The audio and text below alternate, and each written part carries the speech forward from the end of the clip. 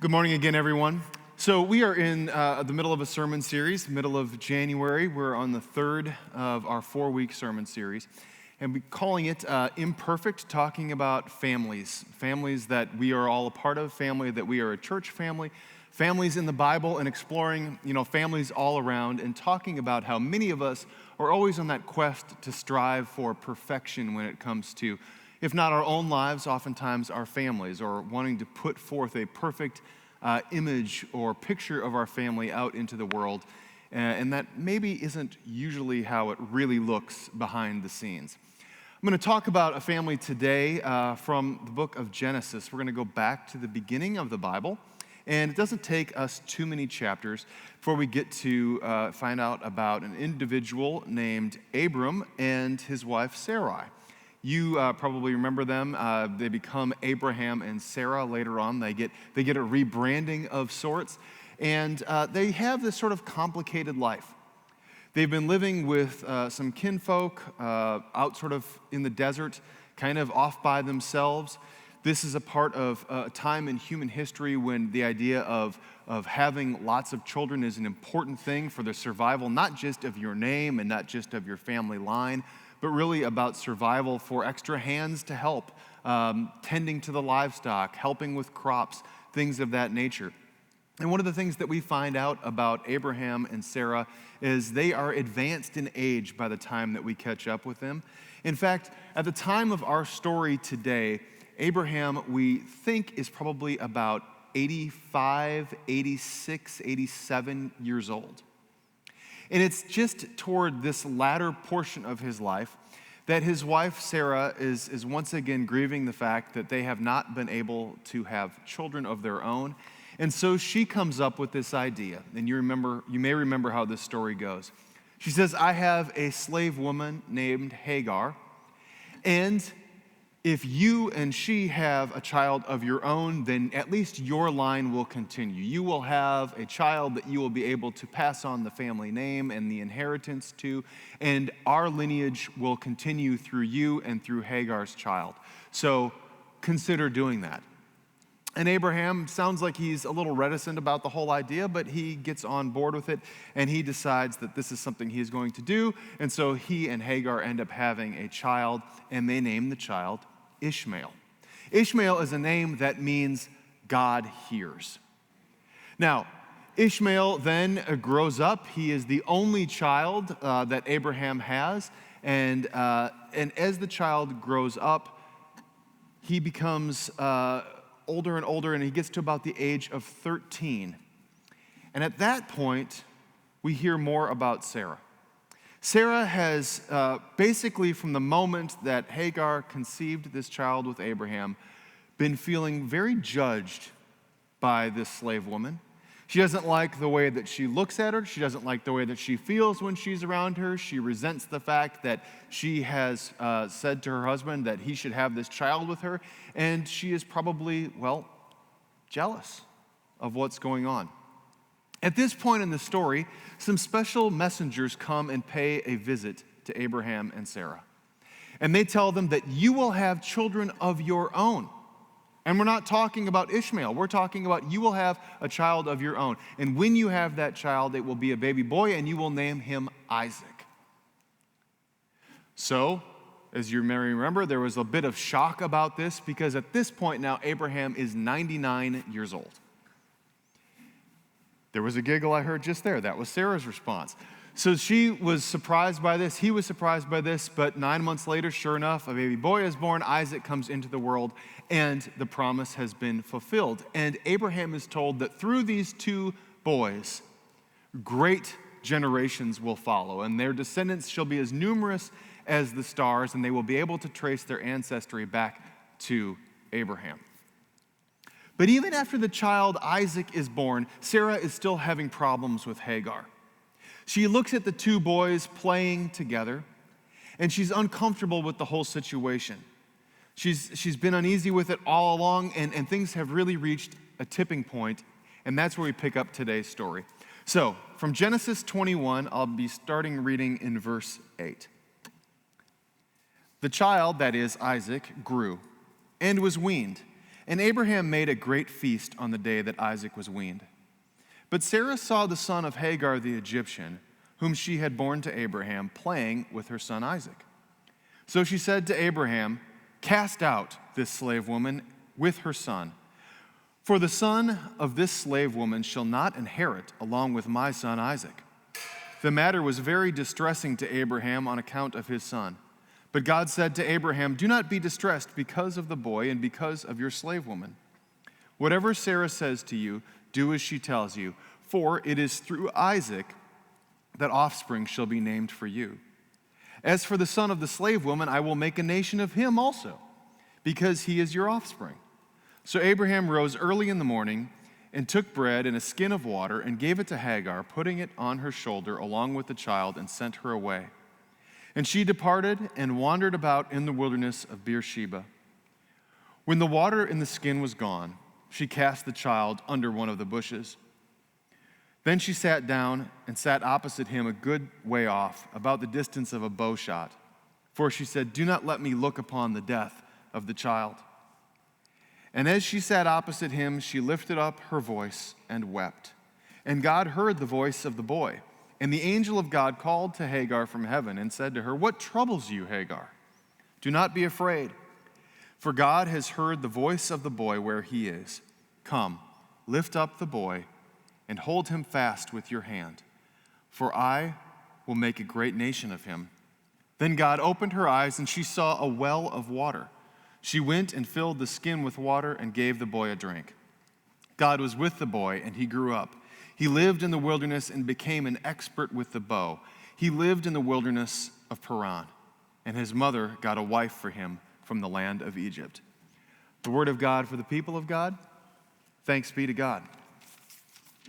You know, it's pretty standard. I think it's just part of the human experience that we have all experienced this kind of emotion.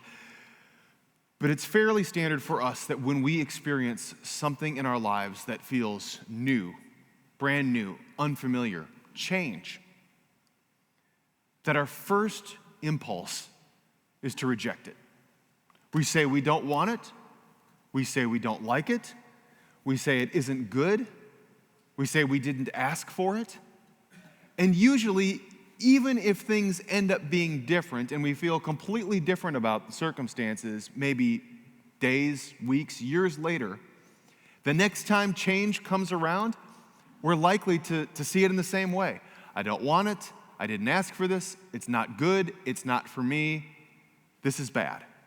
And we feel this way over and over again. And that's the way that we often feel about things that are brand new and unfamiliar to us. And I don't need to remind any of you that over the past 2 years, we have obviously experienced a great deal of change that probably wasn't asked for. It felt forced upon us. And it's something that initially we said, this is no good. I don't want any of this. And I'm not saying that some of those things don't continue to feel that way, but in time, there are things that we are exposed to. There are new ideas. There are new people that come into our lives, and we are more readily willing to embrace them as time goes by. And I think that this is probably what's going on in Sarah's mind.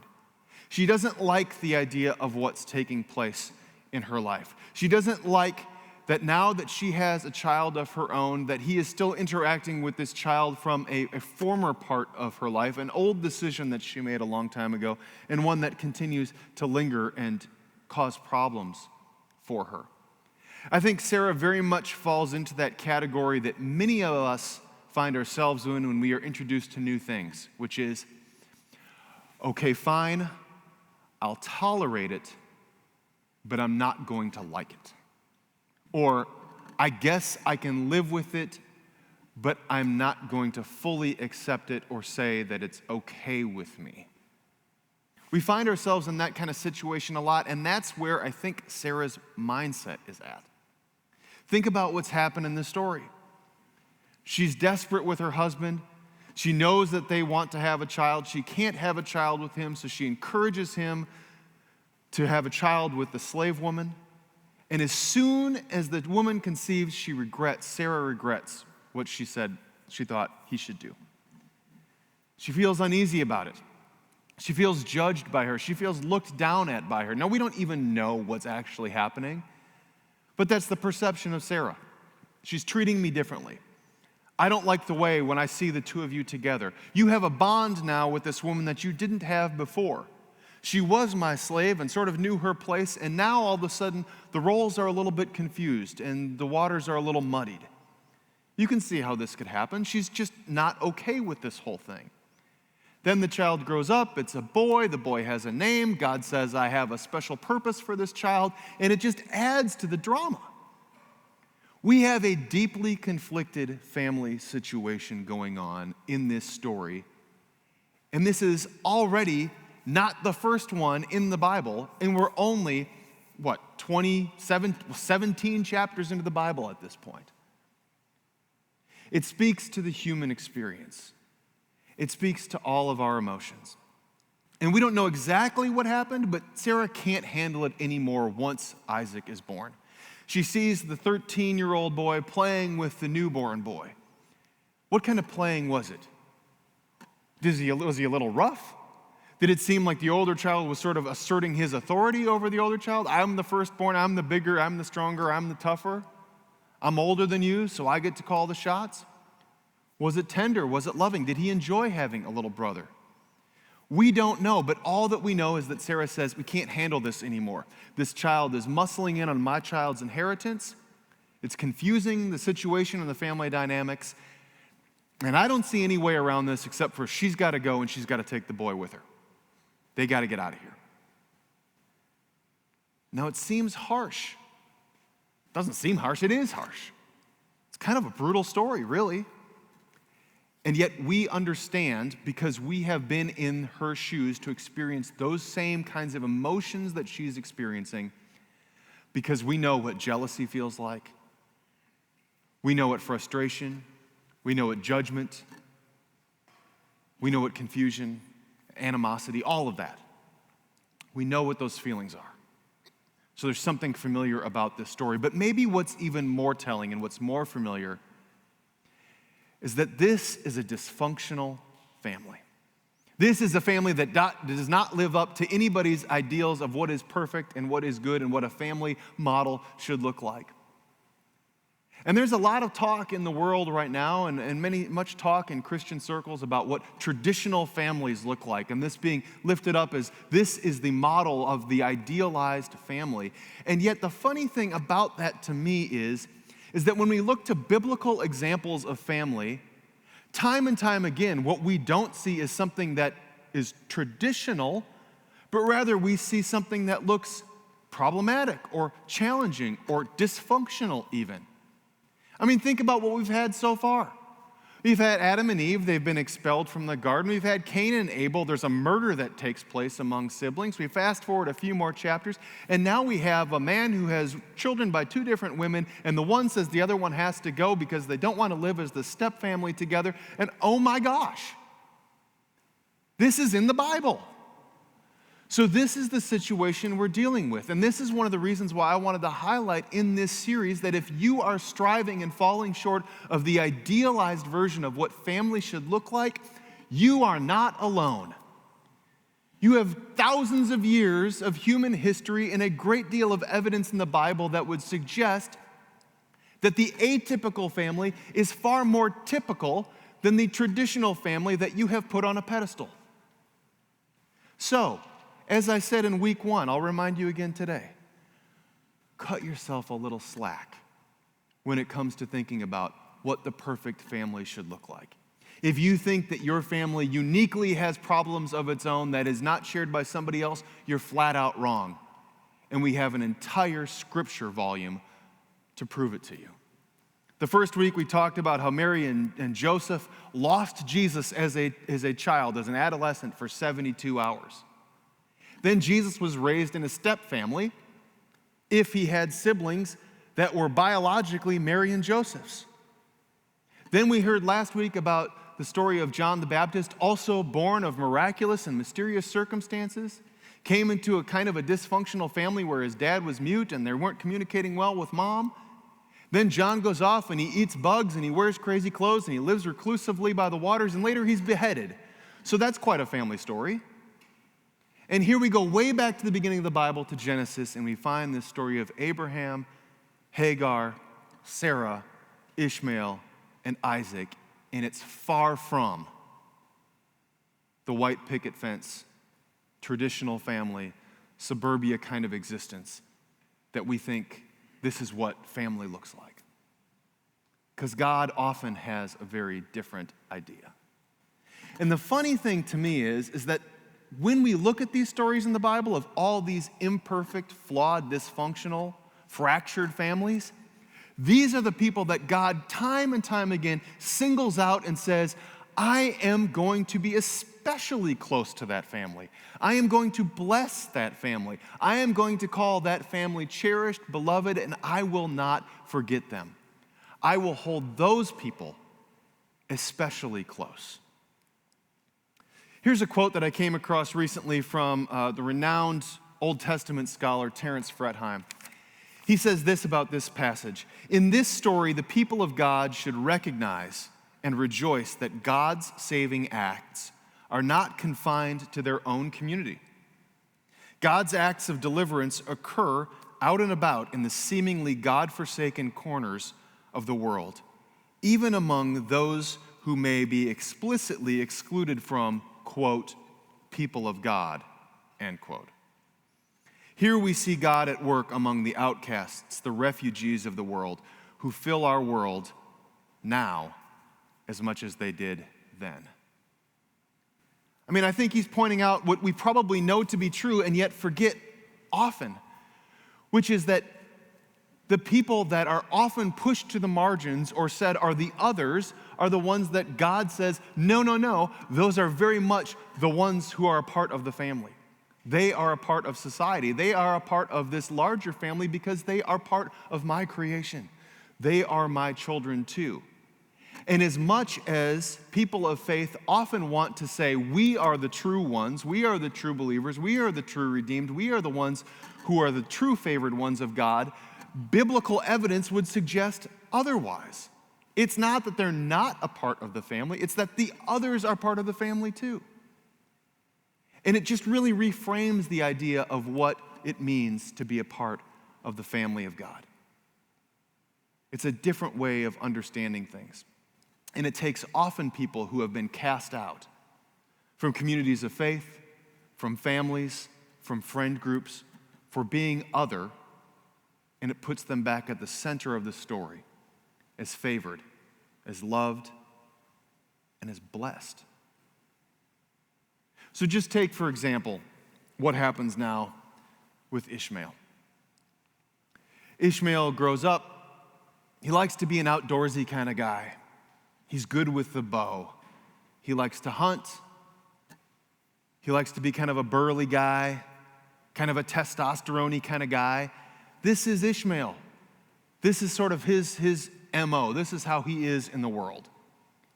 And he goes out and he is still just a child at the point where he gets kicked out of the family. He goes out with his mother. His mom gets just a skin full of water. It's enough to probably last half a day, maybe a few hours out in the desert. They go out into the wilderness of Beersheba, out into the hot desert sun, and there they are going to go presumably to either miraculously survive or to die. Hagar sets Ishmael down, says, you stay here for a minute. I'm going to go just over here. Because it says that she can't bear to watch her son die with her own eyes. She cries out to God. Ishmael gets thirsty. He cries out to God too. And then God responds. And God says, I have a vision for his life. There will be a great number of people that will come from him. And actually, the funny thing is Ishmael's story parallels Isaac's. I mean, really closely. So we hear about Isaac's more than we hear about Ishmael's, but even what Genesis tells us, think about these two things, these two parallel courses. Ishmael is born first. He's 13 or 14 years older than his stepbrother Isaac. Both of them end up with something very similar that happens in their early childhood. Ishmael is put out into the desert to go to be sacrificed to the beasts or to the brutality of the sun, to starvation, to dying of thirst. Isaac, on the other hand, 2 chapters later, is going to be sacrificed in a different way, where his father takes a knife and he takes him out, and God says, I need you to bind your son as a sacrifice to me. And in both cases, God intervenes and spares the boys. Both sacrificed, but both didn't go through with it. Then they're both told that there would be a great people that would come forth from them, and their descendants would be as numerous as the stars. Later on, we find out that Isaac is going to have a son named Jacob. And Jacob, out of him, he will have 12 sons of his own who will become the 12 tribes of Israel.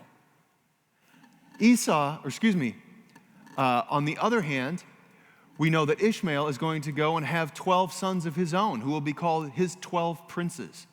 And there will be a whole group of people that come from him as well. So these two boys have these two courses in their lives that run parallel to each other. God continues to look favorably on Ishmael and to say, I will bless you and your descendants. Then we have the story of Hagar. Hagar's story is a little bit different because she is in a particularly vulnerable spot. An Egyptian, a slave woman, now a woman trying to raise a child on her own without another adult to help her. And what do we find out about her? When she cries out to God, God responds. And the Bible tells us in the passage that I just read that God heard the cries of Ishmael and responded to Hagar, saying, what troubles you, Hagar? Do not be afraid. Don't miss the significance of that one line. What troubles you, Hagar? First, God hears her cry. It doesn't go unnoticed. It isn't something that God turns God's back on. Secondly, God calls her by name. How many times are women even mentioned by name in the Bible? But here we have an outsider, a slave woman, a non-Jew, an Egyptian who is called by name by God. Somebody who has been kicked out of her own family for doing nothing other than be who she is, and God has called her by name and said, I still see you as favored, you are redeemed, and you are blessed.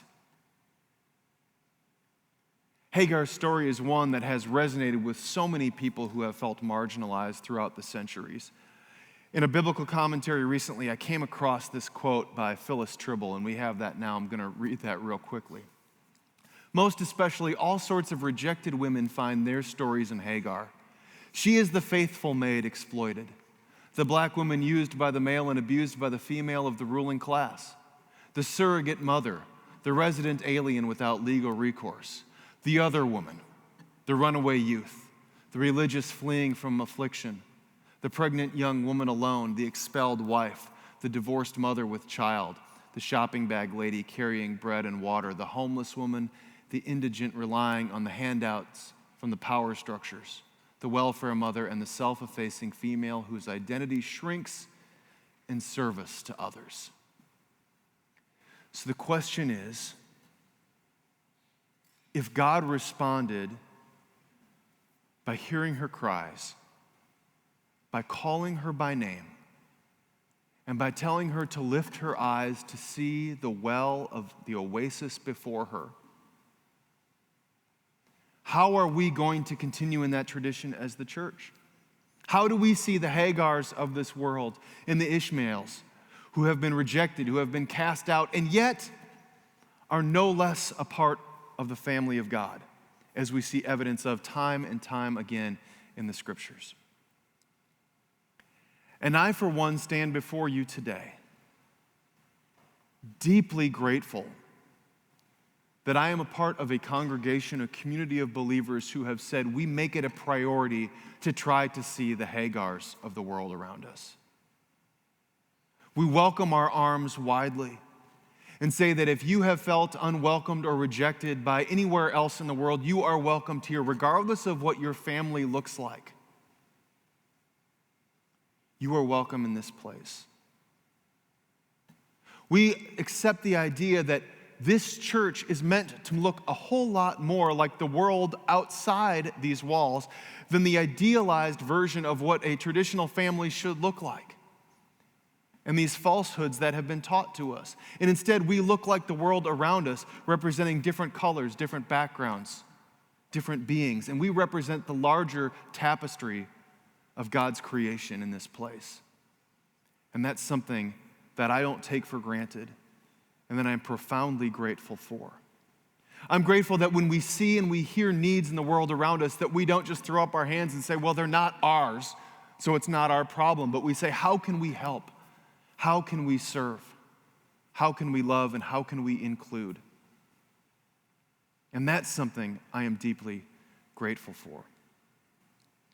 I'm grateful that we are able to reach out, to recognize, to hear, to call by name, and to respond.